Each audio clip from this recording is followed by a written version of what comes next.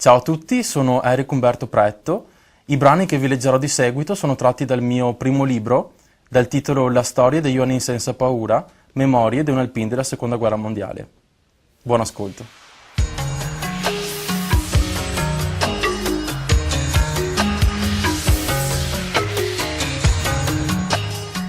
I bombardamenti. Berlino, lei era tanto grande. A quei tempi so che lei era 50 km lunga e 40 km larga, ma dentro che era anche parchi e boscaglie, dove si poteva andare alla caccia.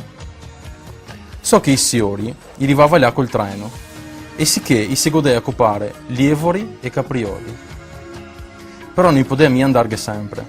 Mi ricordo che verseva la stagione venatoria solo che un paio di settimane all'anno, giusto per dargli una sciarada a ste bestie. Ma da ormai lei era finita la bella vita, anche per chi che se le avesse passata fino allora. Col tempo, difatti, aveva che essere sempre più bombardamenti. E era sempre gli americani a farli. So che arrivava con sti ciapi di apparecchi che non te vedevi mai fine. Ogni tanto passava anche qualche apparecchio inglese, ma solo per fare una scianta da ricognizione. Proprio perché Berlino lei era massa grande per pensare di pestarla tutta su un colpo solo. Quando chi passava a bombardare, ciapava solo che una zona della città. Ma la zona che ciapava, gli la metteva in zenoccio. Qui che aveva finito, restava in piedi solo che qualche murasso. A quel punto che gli era ciappi intieri dei soldati tedeschi che andavano in volta per le strade a cantare, per tenere sul morale della gente. Gli era proprio bravi a far propaganda. Ciò, con gli era di arrivare gli apparecchi americani, te sentivi che attaccava a suonare le sirene della contraerea. E allora te scappavi a scondarti da qualche parte e intanto te vedevi sti ciapi di aerei che te passava sopra la testa.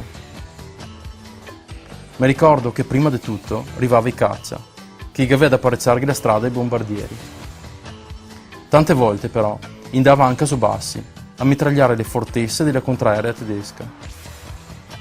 Ste strutture le aveva muri di cemento armato larghi 4-5 metri e insieme le aveva un piano dove gli era canonsini e mitraglie pesanti, sempre apparecchiati quel colpo in canna.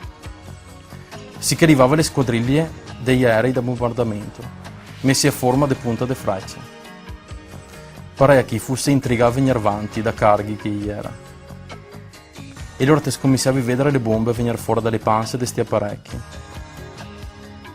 Maria Vergine, lei era grandi come vesoli, e lei era tutta incaenata fra di loro. Ciò, le bombe a Caina lei era terribili. Le faceva saltare per aria anche le stazioni sotterranee perché, te stesso punto, prima che ne stupava una, dopo un'altra, dopo st'altra. Mi ricordo che la terra le attaccava a scorlare appena che le moleava fuori dagli apparecchi, prima ancora che le arrivasse su. E tante volte, mi buttava su per terra, a panza in su e coi bracci verti, a guardare sto spettacolo. A pensare che adesso mi viene i brividi.